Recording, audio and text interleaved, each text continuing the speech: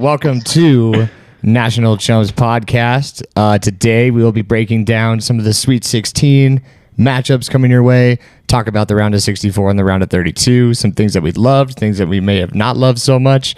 Everybody's here in person today except for Jaybird, breaking it up in Arizona. Good for him. We're able near Parker, Arizona, out here for spring break, just having a great time with some friends and family. What'd you shoot on the course today? We shot into 84. 84. Best golf round ever. Best golf round I've ever had in my life. Leader in the clubhouse. About it. I'm ready to take any course by storm the rest of the year. We love to hear that. Until I get in your ear and start chirping. We did go golfing on Monday. Dunham shot in 85. I came in the triple digits at 100. But he is. I know he's salty right now. Me? No, I'm proud of you. Thank you. I'm gonna kick your ass though. So right now, as it stands, when you have the jackasses in the left ear and the right ear, you can't handle yourself, bud. It's true. So Jaybird at the moment is the clubhouse leader among the Chumps guys on the golf course. We're going tomorrow, so we'll keep you guys posted on that. If I break 95, I'd be impressed with myself. I'm not one to brag, but I'm pretty shitty at golf. Just have to figure out the driver game. Yeah, just got to figure out a lot of things, actually. Yeah, then you'll be okay. But anyways, let's get into the bracket. So, round of 64, round of 32. What did we like? What did we see? Well, if you followed my advice on your bracket, it's not going well for you. I think I'm sitting at 77% for the Chumps bracket. Not ideal, but it's better than the other two brackets that I did. So, we're okay. I had a pretty solid running for both 64 and 32. I'm at 99.1% correct going into the Sweet 16, and I feel really confident that, if there's not any upsets, that we'll be pretty solid in that round too. But Creighton had a really good run. Every single 5 and 12 match was solid this year. A lot of those lower seeds had some really good runs, like the 13s, 14s, playing pretty solid all the way up until halftime. Yeah, I think it was a pretty solid year for the first two rounds. I loved it. Yeah, I thought it was a pretty good opening round of 64 and round of 32. I was really impressed with Arkansas. I don't think you can sit here and act like that wasn't an impressive run. Taking down St. John's, who a lot of people had going to the Final Four. And Dunham's over here pointing at himself like he predicted this run was going to come from Arkansas, and he kind of did. I think right now my Chumps bracket that I made is at 97-ish%. Like I said, my goal is to get the Sweet 16 Elite 8 teams right, and for the most part, I feel pretty good about that. Now, a team that absolutely screwed everybody was St. John's, so that was kind of shitty to see unless you're Dunham, who picked Arkansas to beat St. John's. Yep. But for the most part, I think everything went pretty true to form for the most part. Just like you said, a couple of those games from those lower seeds, Drake looked really good against Missouri, and then not so good against Texas Tech. Just the one-hit wonders. Like McNeese did the same thing. They looked atrocious against Purdue, but and honestly, they looked pretty bad in the second half against Clemson.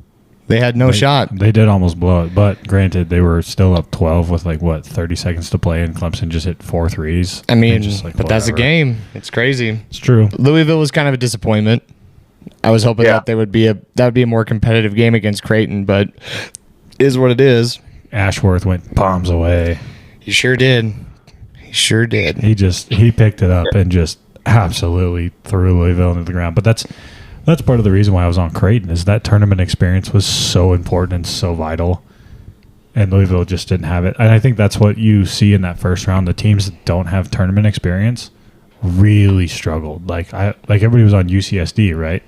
I was too, and the tournament inexperience just showed up. And the their lack of Power 5 schools in the non-con killed them. Yeah, and when you go against a team like Michigan, too, who has their own warts, let's not pretend like Michigan's a perfect team. But again, it's, that program history, that tradition, and sometimes that does reign supreme. And you see San Diego, a team that was playing really, really well all year, shooting the 3-ball really well all year. Michigan took it away. And when Michigan took it away, they couldn't find a way to get back on track until it was too late. It's really hard to shoot threes when you have to shoot over 3 7-footers that are in your face. So, I mean, it makes sense. Yep. I just want to let the record show now that I said that Iowa State was going to completely suck. And I was right. You were right. Fuck Iowa State. Never pick them to go any farther than the Sweet 16 in an attorney. Please. Please. Yeah. They don't deserve that cred. Some notable runs that I'd like to talk about. Colorado State, dogs. Man, up until the last second. Dogs. That was great. Arkansas, dogs. A lot of people had VCU beating BYU. Love that BYU pulled through that. Vanderbilt played a really good game. St. Mary's, a lot of these teams that finished the games, they were all better in free throw shooting percentages too. That's true. St. Mary's, Robert Morris had a damn good game against Alabama. Really good game against Alabama. Everybody thought that was going to be, even I did. I thought that was going to be a 28.5 point favorite for Alabama. Me too. Robert Morris kept along.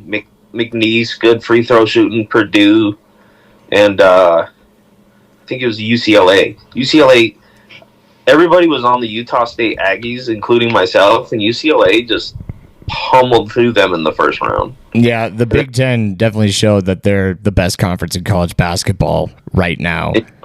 I would not disagree with that statement. I mean, they just played dominating basketball most of the time. Outside of Illinois, going down.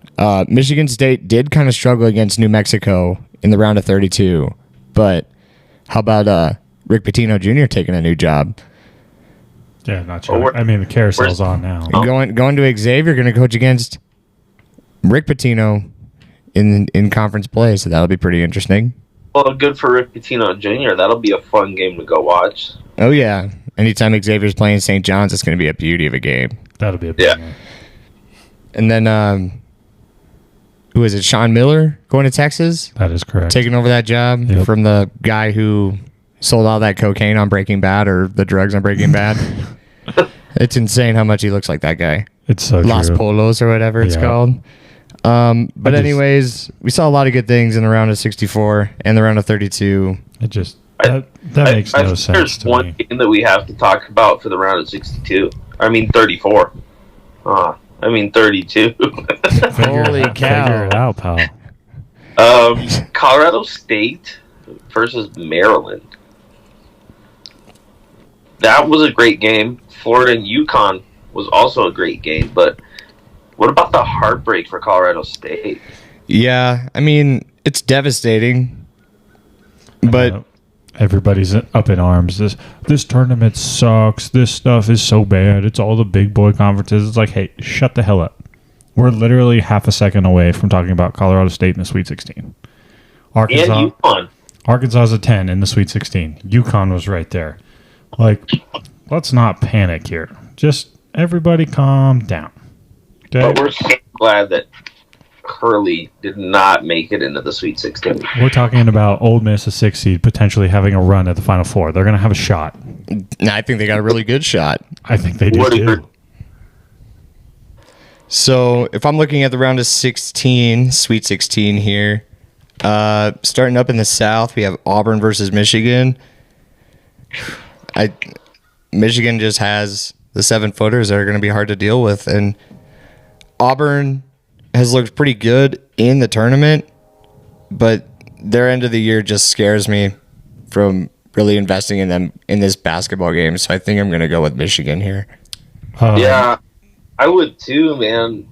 They've got to play 7-8 people deep just to stick with Michigan's size and their ability to score and run the floor here. Like, Janai Broom has to fucking have a great game. He's got to find a way to get real physical and get those big guys in foul trouble.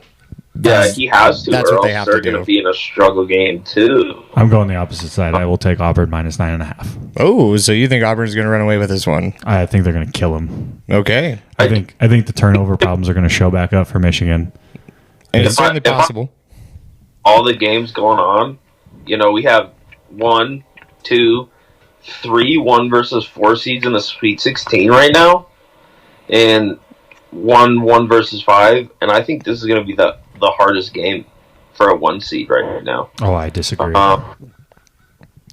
Michigan's just been playing really good basketball lately. It's hard to ignore. And Auburn has been playing good too, but they haven't looked like Auburn yet, in my opinion, in this tournament.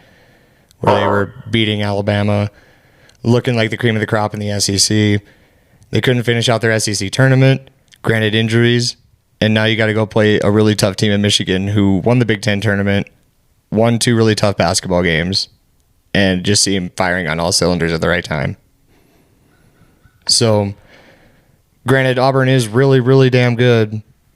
Hard to ignore that. But I'm going to do a little bit of a homer pick here, and I think Michigan's going to win the game. I'll take Auburn. I think Janai Broom and Chad Baker-Mazara just absolutely dominate this game.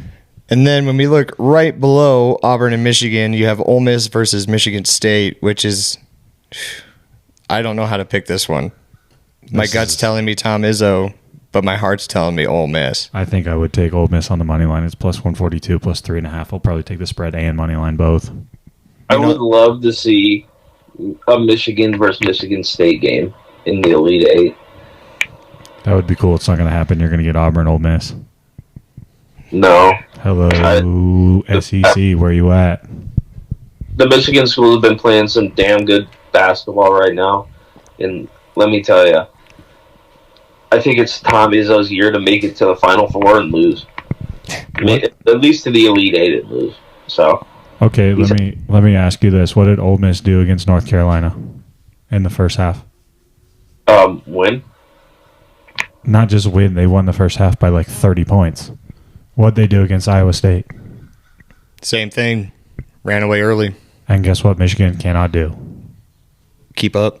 They will not play well from behind. It happens every single game. Michigan State is a loser in the first half. They come back and find a way. Ole Miss isn't going to let it happen. They're going to run, and they're going to run away with it. Yeah, I mean, Ole Miss is really good. I had them in the Sweet 16 from the get.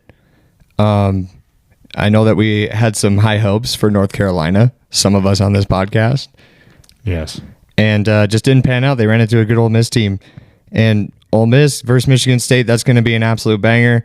But I'm probably going to have to side with my gut on this one. I'm going to pick the Spartans to beat Ole Miss. Yeah, who's the white dude that wears the headband? Is that Padula? Yeah, that kid is awesome. Dude, he's my favorite kid in the tournament right now. 1,000%. I don't understand teams that do this.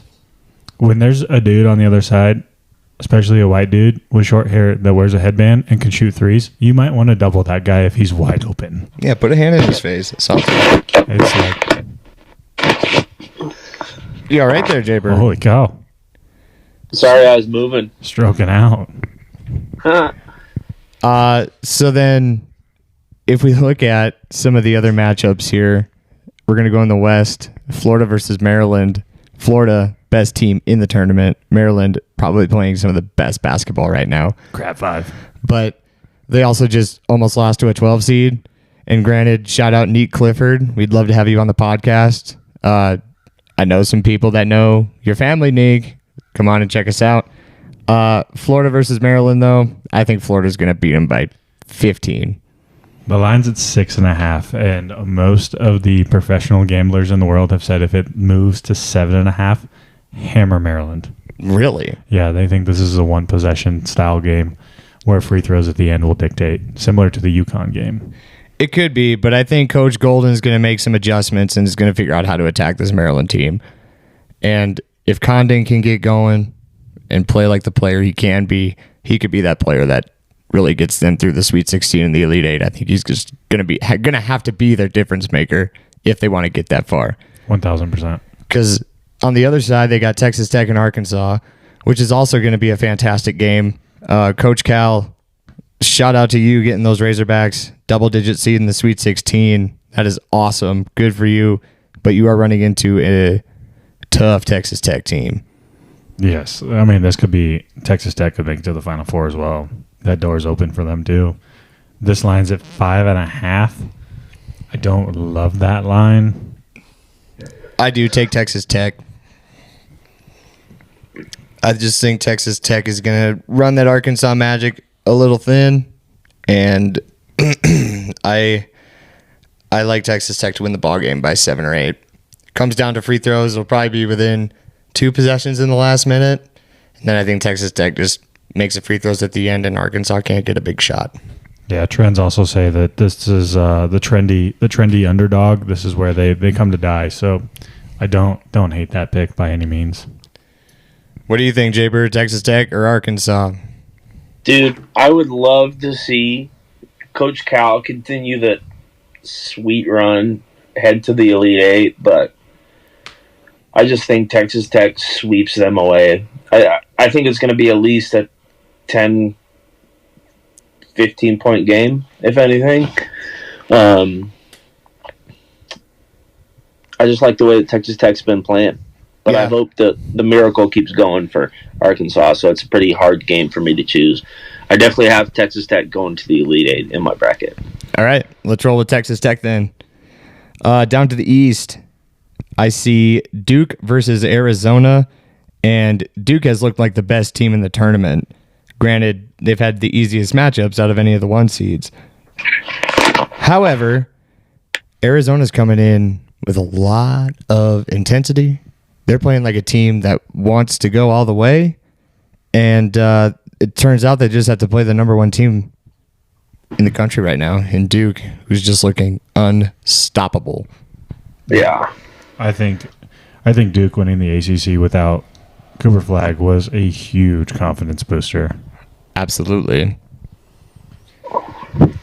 And I'm super excited to see this matchup between Caleb Love and Cooper Flag.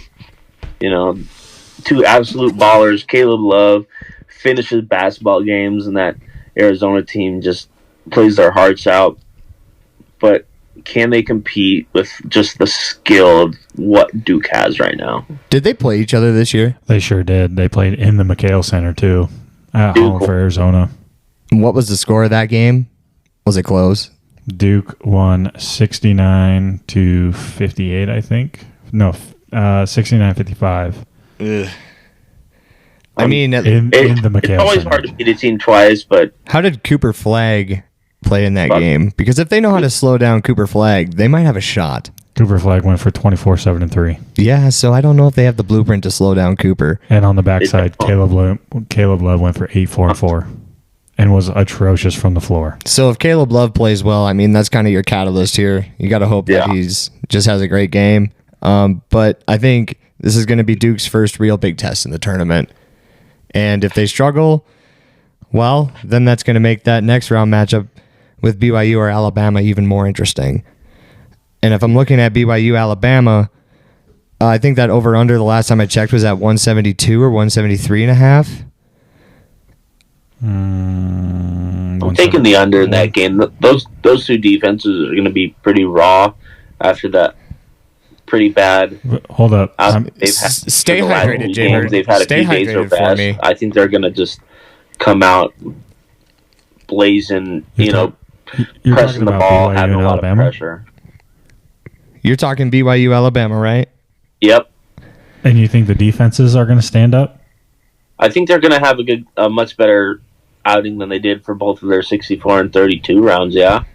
Boy, I need whatever you're on.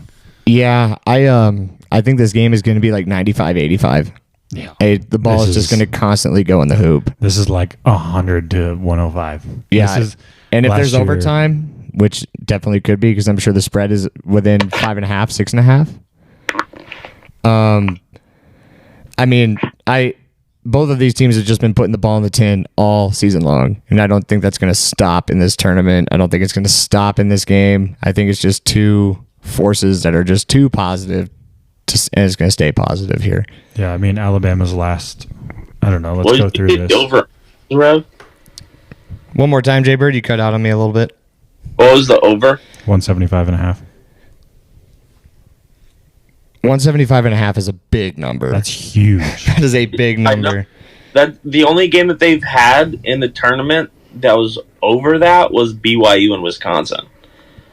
So BYU's already been a part of one of those. That Alabama Robert Morris game had to be pretty close. It was 171. Yes. So clearly it doesn't matter who they're playing defense against. Alabama can't, or just chooses not to because they play fast enough and shoot with enough efficiency to make it work. Well, here you go. Alabama's last couple. Bad happened. 80-66, 90-81, 104-82, 99-70, 91-93, 94-99, 79-76, 111-73, 96-83, 110-98. Dude, like every team has scored over 80 except for St. Mary's because they just want to walk down the court and hold the ball for 45 seconds, take a shot, bang it off the rim, and get a reset of the shot clock for 40 more seconds. That's St. Mary's game. Outside of that, Alabama's given up 80 to almost everybody else. Yeah, I like the over. Yeah. Now the question is, who wins it? I think Alabama wins it. Alabama. I agree. Roll Tide. And then we look at the Midwest. We have Houston and Purdue. I don't want to spend too much time on this game. It's a home game for Purdue. Yeah, it's a home game for Purdue, but give me Houston. But that didn't matter last time when they were in Indianapolis. They still got beat by 20. Kepler. Sorry, my cat is chewing up some stuff that's important to the podcast. I'll kick it. You kicked my cat? Good old Kepler. Why would you kick my cat? We would never abuse animals on this podcast. We No. love kitty cat. What is it about this wire? Dude, is there catnip on this wire just hiding somewhere? No, Kepler's just kind of a little shithead sometimes. But he's funny. Like, it is entertaining to watch him go after this cord. Stop it. This is good podcasting here. Okay. Yes. Anyways, so Houston is going to beat Purdue. Don't care about that score. They're going to win. Kentucky and Tennessee, which I think could be the game of the Sweet 16. Concur. Animals galore in this podcast today. It's kind of like having Raleigh and Moose. It's kind of nice. Yeah, I know. Flynn will shut up eventually. He's just yelling at somebody else. Probably the mailman. Flynn, be quiet. Thank you. All right. Anyways, Kentucky versus Tennessee. I just think Tennessee's too defensively sound and plays an all-around better game than Kentucky, so therefore I'm taking the Volunteers. I have them in the Final Four, but betting-wise, I might take Kentucky money line and the spread here. Is it plus 4.5 or Yep. 5.5? No, it's 4.5 plus 158. And my two dogs, Ole Miss and Kentucky, this round. Everybody else, I'd take the fave. I would love to see half of the teams in the Elite Eight be SEC teams. I'm sure there's- they would. There's a pretty darn good chance that the Final Four could be all SEC teams. That could be. There is a good chance. There's a solid chance.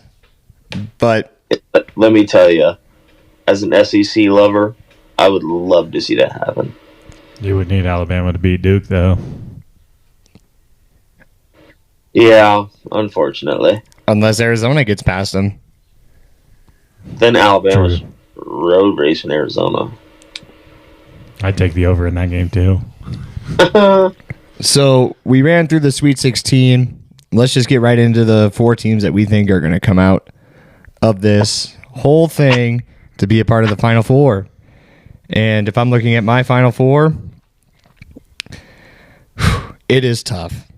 It is tough, and I hate to do it because I know it sounds bad. It sounds like a homer pick, but I'm taking Michigan to come out of the South. Unreal. The 5 seed. They are going to be the low seed that makes it to the Final Four. I could see Ole Miss, but an Ole Miss Michigan Final Four or Elite 8 game is going to be intense. So I'm just going to stick with the team I think is playing some really good basketball right now, and I'm going to roll with Wolverines. Go blue. Can't bet with your freaking heart, man. I did this. Hey, I bet with your heart. I didn't pick Oregon, man. I bet with your heart. I took Didn't do Oregon it. plus 4.5 against Arizona, and thankfully Good pick. they covered. Yeah, good pick. It was like a win-win for me. I won some money, and I got to see Dunham get a little frustrated about the Ducks. Lot of caps in the chat. Lot of caps. I'm taking all 1 seeds in the Final Four. Okay, I don't hate that. Makes sense. I mean, and look at how the tournament's gone. The top teams are doing what they need to do to get there. Like, there's not a lot of 3s and 2s that are out of it really either. I mean, Iowa State shit the bed. Who would have saw that coming? And then all the 2 seeds are still in it too, aren't they? Or are we missing no, one? St. John's is out. St. John's is out. Yeah, St. John's, but Brutal too. yeah, and I think they're just still lacking some of that experience, even with Patino. They'll get there though. They'll get there. Oh yeah, they'll get there. So out of the South, I got Michigan. If I'm looking in the West, I will be taking the Florida Gators. I think they get past Maryland, and I think they roll Texas Tech. I wouldn't be surprised to see Texas Tech get in there either, but I'm taking Florida. Out of the East, I'll go Alabama to beat Duke. And then in the Midwest, give me the Volunteers. Give me the Volunteers. So my Final Four, you can quote me on it, everybody. All 7 of you who watch, give me Michigan, Florida, Alabama, and Tennessee. Yeah, I also have all the ones with the addition of Tennessee because I picked Gonzaga to beat Houston. So the potential here is probably not super high, but I do like the chances of Auburn, Florida, Duke, and Tennessee. And then I have Auburn, Duke meeting in the title with Auburn winning the whole thing. You're trusting those Z rankings, aren't you? I sure am. Gotta send it. Gotta do it. Gotta do it. I will be honest though, when I followed the Z rankings and did my thing with it, like I took the Z rankings into a lot of consideration, those close matchups, and in my betting, and it really helped me out. I'm up 6 units since the start of the round of 64. Pretty proud of myself for that. So betting wise, it's been great. Bracket hasn't been, but there's people who pound out a lot of information for you guys. Ryan Hammer, T3 Bracketology, whoever does the Z rankings. That stuff is awesome. It's all good. It's all good material to watch. It's just how you want to interpret it and how you want to use it. If you're going your whole bracket off of that, you might be a little crazy, might be kind of stupid, but it's not a bad play either. A lot of us don't know anything about college basketball, and it's really embarrassing when you think you know a lot of shit about college basketball, and then you watch Clemson lose to McNeese within 10 minutes of the game. Yeah, that was y'all's fault. Yeah, I bet on McNeese. I had McNeese. It was a smart play. I just liked Clemson a lot all year, and it was hard for me to go against them in that situation. I just don't like the ACC very much. How about that whole deal with the coach just after the first round being like, "Yep, I'm going to NC State, but we got a couple more games to play. We'll figure it out later." Yeah, I don't think that caused any distractions. It's oddly enough. No. I think the whole team was like, "Sweet, some of us get to go to play in the ACC No next year." kidding. No. Yeah. Yeah, this whole thing's crazy. So Jaybird's got all the ones in the Final Four. Yep. I have a 5, a 1, and then 2 2s, not the ballerina style. And then Dunham's going all the ones with the exception of Tennessee. That's right. All right, so Chump Nation, that's your Final Four from yours truly. And we're hoping that we're right. We're hoping that we can continue the trend that we're on of being at least okay for y'all. And really, let's just enjoy this last busy weekend of March Madness. It is going to be an absolute tragedy not to see 8 games on my screen at once. That's the worst part about getting out of the round of 64. But I'm pretty excited to see some of these matchups in the Sweet 16, especially Duke and Arizona and Kentucky, Tennessee. I love those games. Yep. Can't wait. Let's have a great week. For those of you on spring break, hope you're having fun. If you're having as much fun as Jaybird is right now, you're going to be having a good time. And, just keep living life. Love it. Remember, spring breakers, stay hydrated, please. Make good decisions. If you follow the healthy balance of one bad drink with one healthy drink, you'll probably end up feeling okay. Not sure how Jaybird's going to feel in the morning, but we'll probably be okay. What do you think, Jaybird? Feeling great. Love that attitude. All right. So that is your Final Four and Sweet 16 rundown. All right, Chumps Nation. We're back. It is just Dunham and I at the moment. We're here to talk a little college hockey. Where I'm from, college hockey is a pretty big thing. Being from Bemidji, Minnesota, shout out to the 2009 Bemidji State Beavers and Matt Reed for going to the Final Four in 2009 as the last team in the tournament. So that would be like a 64 seed beating the 1 seed. It was a pretty incredible time to be a Beaver fan back there. Fear the Beav. So we're going to be talking a little bit about the college hockey bracket, talking about which teams that we think could go all the way to the Frozen Four, and then maybe taking a little bit of time to think about some of those Hobie Baker Award finalists. Fun fact about me, Dunham, not sure if you know this or not, but when I was in college, I used to work for a Hobie Baker Award winner. Really? That's pretty cool. Chris Marinucci, he owned a little gas station up in Grand Rapids, Minnesota. Oh, yeah. And when I was going to junior college up there, playing some D3 college baseball, we had a great time and was working at Nuge's in the corner. So shout out to that Hobie Baker Award winner. Nice. I love that. Yeah, so there's quite a bit of good things in this NCAA hockey tournament. A lot of tough draws for some of these smaller schools. But let's get into it. Who do we like? That's a good question, really. The Hockey East Conference. So for those of you who are not college hockey fans or aficionados, the conferences are not the same. Okay, so there's no ACC, there's no Pac-12. There is a Big Ten, but outside of that, there's the NCHC Conference. There's the Hockey East Conference. And so a lot of the times there are teams that come from those specific conferences. So like the number 1 overall seed here, Boston College plays in Hockey East because there's no ACC. There is quite a few schools from Hockey East that make up this field. Providence is in that same region. Massachusetts, UMass, Amherst, because there's also UMass Lowell in the Hockey East Conference. Boston University, UConn, and Maine are all Hockey East teams. So Hockey East is pretty deep here. Boston College is the number 1 overall seed. BU could have easily been the 2. Really deep conference. Out of the Big Ten, you have Michigan State and Ohio State, which is just brutal that they put them in the same region. That's awful. Michigan State has Trey Augustine, who has been the best goalie in college hockey for like the last 4 years. He's been the goaltender for Team USA junior national team since he was like 15. And his save percentage whenever he plays in those national tournaments is under 2 goals a game. Just really hard guy to score on, really big, takes up a lot of the net. Also got Isaac Howard, pretty impressive forward for Michigan State, Hobie Baker Award finalist, 47 points in 35 games. Pretty impressive. First round pick. Pretty good. Of the Lightning.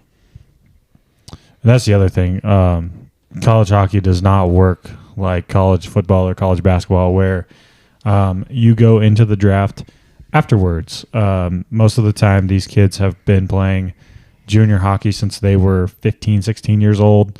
You can get drafted in the NHL at 18.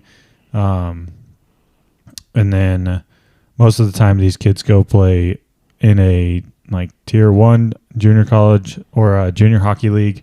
Some of them will play major junior, and then now that these kids can qualify after playing major junior hockey, you'll see a lot of the 20-year-olds or overagers enter college hockey. So college hockey is about to get older, believe it or not. Outside of that, a team can own your rights until you're 20, and then you either sign with them or you become a free agent and have to sign afterwards. Most of the time, if you're not signing as a 20-year-old to go play professional hockey, your odds are going down. for sure. Really, really shitty draw for Bentley in the first round. You got to go play BC. Sorry about it. But like I said, the Beavers have done it before. It's kind of all about dictating your pace of play and playing the brand of hockey that got you there. However, Boston College is just far too talented. And I think BC... They're so good. I think BC is just going to roll in that first round matchup over Bentley. I could see it being 6-7-2, something like that. Yeah, that'll be probably a blowout. Although playoff hockey, crazy things happen. You just never know, especially if your Tendy gets hot at the right time. And then we go right below it. We're taking a look at Providence and Denver. I hate DU during the regular season. I cheer for the Colorado College Tigers, unfortunately.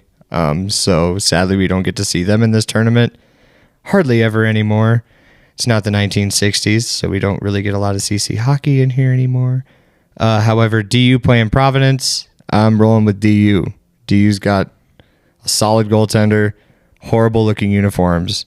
It's just the perfect recipe for a little first round win. I don't know how they'll do against BC, but I got DU beating Providence. Just a little too strong. I'll do the opposite. I'll take Providence here. Oh, the Friars out of Rhode Island. Okay. I think Hockey East Conference, I think they will have quite a statement in this tournament. I think you'll see potentially 2 or 3 teams in the Frozen Four here. Yeah, and I'll be honest with you, watching some more NCHC hockey, this conference didn't seem as strong as it has been in years past. No. Where you had teams like Duluth who would just steamroll teams a few years ago. 3-time national champion. St. Cloud State, they were really Dakota. good. North Dakota. Everybody kind of fell off in the NCHC this year. So it would not surprise me to see the NCHC struggle in this tournament. And that brings us to Western Michigan and Minnesota State Mankato, who also has a really solid goaltender. I was going to say Mankato's got the best goaltender in the tournament here. And if you got a hot tendy, you got a chance. And pairwise, kind of looking at the CCHA, they had a lot of good teams in there that matched up well against these bigger opponents. And I'm going to play devil's advocate here. I will be taking the Mankato Mavericks to win over the Western Michigan Broncos. I know the Western Michigan Broncos are a fast-paced team, score a lot of goals, but I like Minnesota State shutting them down. Yeah, I mean, if you ask our college hockey expert who's out fishing today, if you ask him what it takes to beat Western Michigan, you just got to shut down the forwards, close the lanes, block shots, and you'll have a chance.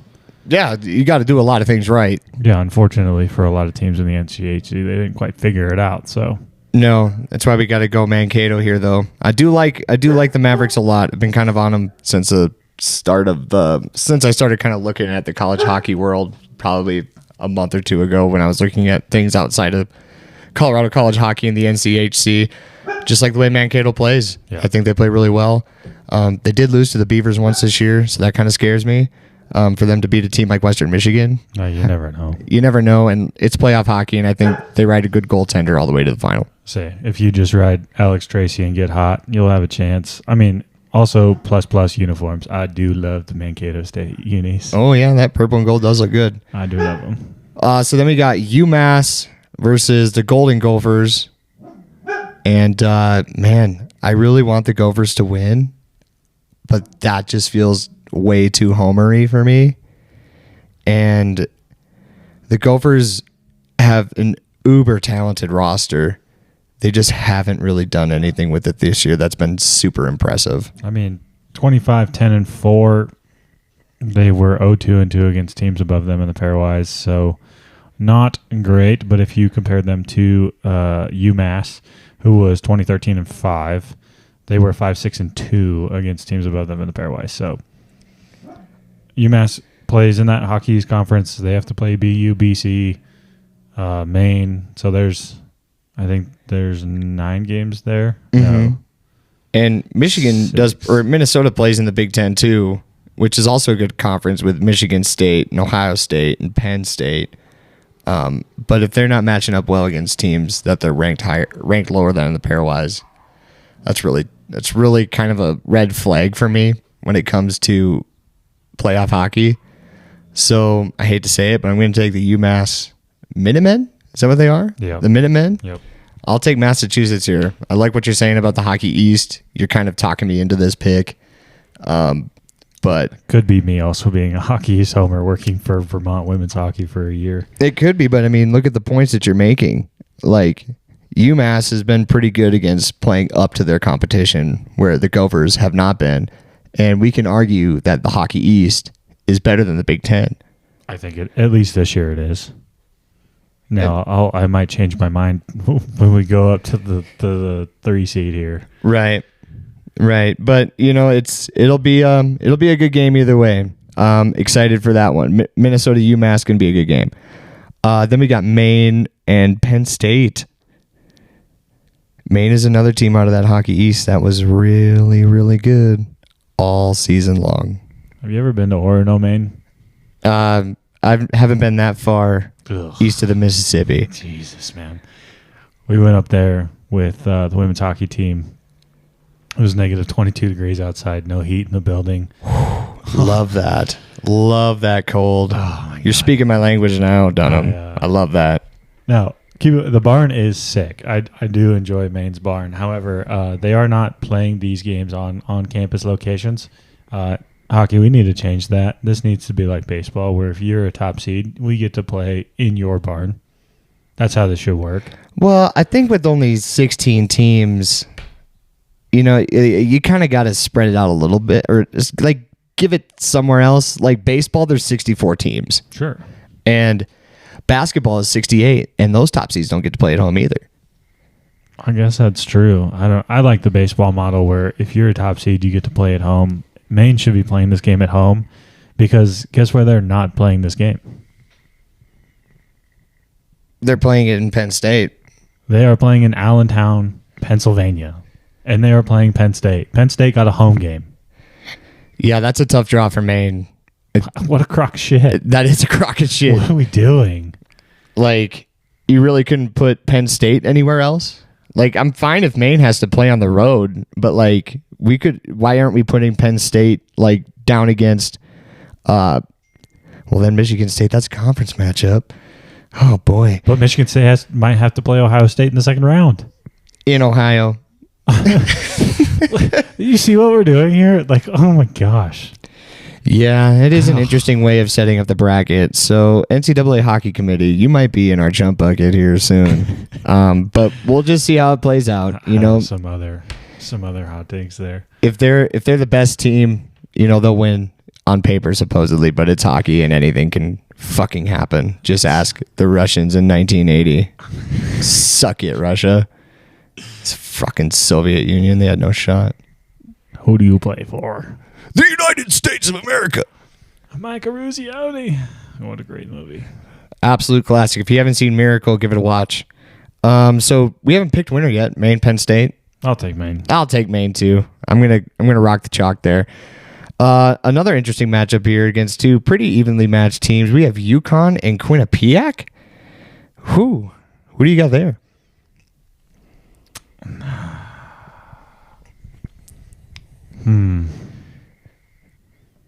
We're thinking here. I'm surprised you're thinking this much about it. Granted, it's a good game, but I mean, the old running joke out there is Quinnipiac is one of the oldest teams in college hockey. Goalie ranks top 10 in the country in save percentage. I'll take the Huskies. I'll go the opposite then. I'll take Quinnipiac. I think this is a good hockey game. Yeah, Quinnipiac is 0-3 against teams above them in pairwise. I know it's just numbers, guys, and we don't really want to spend too much time on the numbers here. But UConn is 19-9-3 against teams that are below them, and wouldn't you guess, Quinnipiac is a healthy 6 spots below them in the pairwise. So I'm going to roll with UConn here. I'm just going to roll with the stats, trust the analytics, and take the Huskies. They also have Joey Muldowney, who has 27 goals here in 37 games. I would say that's pretty good. Ranked second in the country. That's pretty solid. And Quinnipiac doesn't have a score inside the top 15. Yeah, that is pretty solid. I will give them that. So give me the Huskies, and let's see what happens. All right. Next matchup on my side, I see Michigan State and Cornell. Michigan State by a mile. I will take the Michigan State Spartans and Trey Augustine. I think that they ride him all the way to the final. I think this is his college hockey coming out moment. He finally gets to show how good he really is to the college hockey world, not the junior world. Could have a shot at a Michigan State in a Final Four and a Frozen Four. Solid winner for the Michigan State Spartans. Would be a good win for East Lansing. That's for sure. Cornell is just not that good. No, generally, the Ivies are not incredibly great here. And then the last game of the first round, we got BU versus Ohio State. I think that's going to be a banger of a game. It's going to be just great hockey. But fuck Ohio State. Give me the Terriers. Give me the Boston U Terriers. So then the next round, I have BC versus DU. I think this one goes true to form as well. BC, best team in college hockey. Yep. DU, they've been there before. They're a very experienced team. That might have something to help them get to the next round. Nope. But I got BC in the Frozen Four. Did BC lose to a club team this year? I don't think so. Yeah, no. DU did. Granted, half their players were at the World Juniors, and their coaching staff was also there. Correct. But I agree. That's pretty big red flag. I just like to chirp. That club team did go on to win the club team national title. Well, I mean, get like 3 more of those. They might be playing D1 hockey in a couple of years if they're not already scheduled to already. I highly doubt UNLV goes D1. Well, you could have said the same thing about Arizona State. Arizona State has money. True. Hockey is like the most expensive sport in college sports. It's probably not very close either. And you have to make it super profitable if you're going to make it happen, which Arizona State, when you share your arena with an NHL team, that helps. It helps. All right. So then I have the Mavericks from Minnesota State playing the UMass Minutemen. And like I said in that first round matchup, they're going to ride that hot goaltender all the way to the Frozen Four. Yeah, I'm kind of with you there. I kind of want to see it. I want to see it really bad. I would love to see Minnesota State with a hot goaltender playing against BC. That'd be fun. That'd be a fucking awesome game. That'd be fun. All right. And then we have Maine, and I have UConn. Dunham has Maine versus Quinnipiac. I'll take Maine. This one's a little bit tougher for me.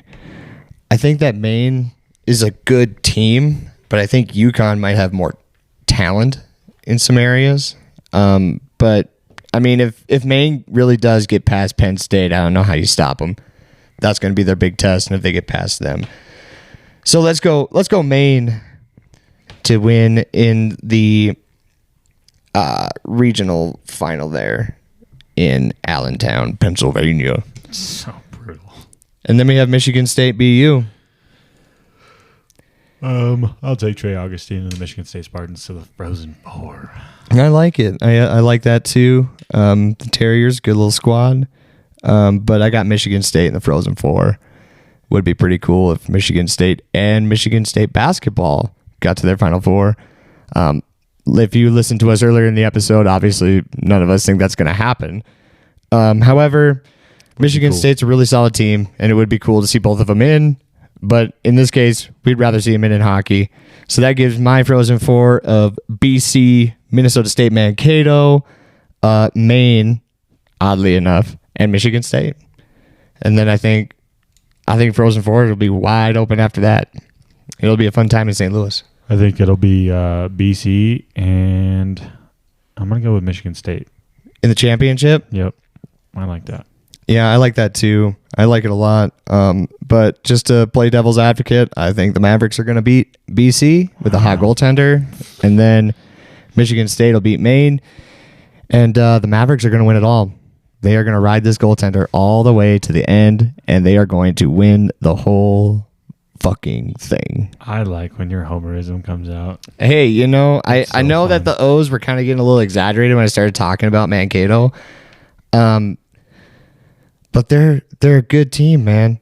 I don't know. I don't know. I bet Ryan Leonard probably has 5 or 6 goals in this tournament. Yeah, that would be fun to see. There's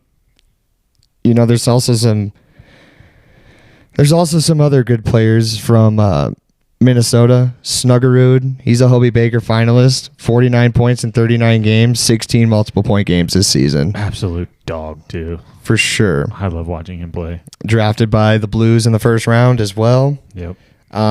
Alex Tracy from Minnesota State. Yep. He's also in contention for Hobie Baker. Well earned. Has a 3.94 GPA. Pretty solid. Guy's pretty smart. Smart goalie. Yeah, well, Goalies are weird. you don't have to be that smart to get into Mankato. That's all I got to say about that. But he's obviously holding his own down there, so he's good. Ryan Leonard out of BC, like Dunham said, could be his tournament. Isaac Howard out of Michigan State as well. We brought him up.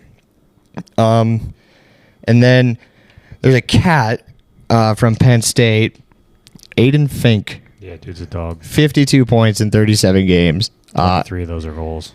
Yeah, he's pretty solid. 7th round draft pick out of Nashville. So we'll see what his future plans hold. Jack Devine, senior at DU, also had a pretty solid year. Was the leading scorer in the NCHC. Yep. 54 points in 39 games. Pretty impressive. That's good production. But as a forward, he only had 13 goals. So it'll be interesting to see if he can find ways to put the puck in the back of the net come tournament time. They also have Zeev Buyum, a defenseman, who's also pretty good. 42 points in 36 games. And as a D-man, 10 goals and 32 assists. Pretty solid. Gotta love those Apple numbers. Oh, yeah. And he's also won 2 straight gold medals for Team USA at the World Juniors. So Not bad. DU definitely has experience to possibly make a deep run in this tournament. It's just the NCHC was not good this year. And I'm really, really worried if they have to play BC in that next round that they're not going to be able to keep up. Yeah. I concur. You also have Quinn Hudson and Cole Iserman from BU, who are also some of the top scorers in the nation. Who will Awesome. probably make some noise. They won't go quietly into the night for sure. They're going to be in the game till the very end. Yeah, love to see that. Love to hear it. Nice to talk about some college hockey with you guys today. A little bit of a different variety. Maybe some of our listeners can take some of our advice or do the exact opposite. Or do the opposite. I mean, sometimes we're really good at thinking that we pick winners. We're so good that we forget that we could be really good at picking the losers if we just changed our verbiage a little bit. If we change winners to losers, we might be a really good fucking podcast. So true. All right, y'all. Well, enjoy this week of hockey and basketball ahead. Keep an eye on college baseball. It's a pretty wild world out there right now. It really is. It's so wild that we don't know exactly how to talk about it. We're still kind of just in basketball mode a little bit. But don't worry, that coverage is coming soon, hopefully with some cool guests along the way. So thank y'all for listening to us. We hope you enjoy a fantastic weekend of college sports. It's the best time of the year. We're in it. Outside of this in October, March Madness, both the men, the women, college hockey, college baseball's rolling. Opening days on Thursday. The Masters in 2 weeks. Oh, what a great time to be a sports fan. It's a good time to be dialed into your televisions. After we just had that little lull, after baseball got over, after football got over, we're like, when is March going to happen? And now we're here. The madness is heating up. And maybe we can even talk a little bit of amateur golf going into the Masters, too. Who's going to be that amateur champion? Oh, maybe we'll see. One of those college guys will pop hot. They always do. Somebody does. Somebody does. But for now, we'll leave you guys on that note. Chumps are out. Chumps out.